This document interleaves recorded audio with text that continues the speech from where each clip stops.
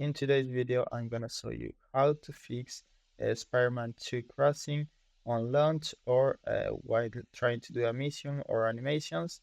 This will probably fix any cross or error you have, and it's very easy.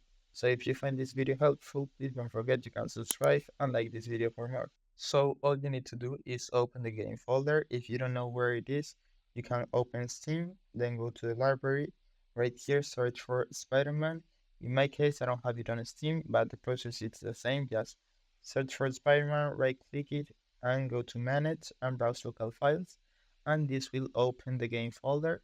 So in my case, I have the game folder right here. And all you need to do is scroll down until you see this file, talk.bak. You can delete this file like this.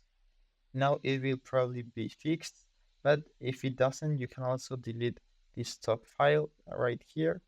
In my case, just by deleting the other one, it works fine. So now I can try and let's launch the game. And that's it. I hope this fixes the issue and thanks for watching.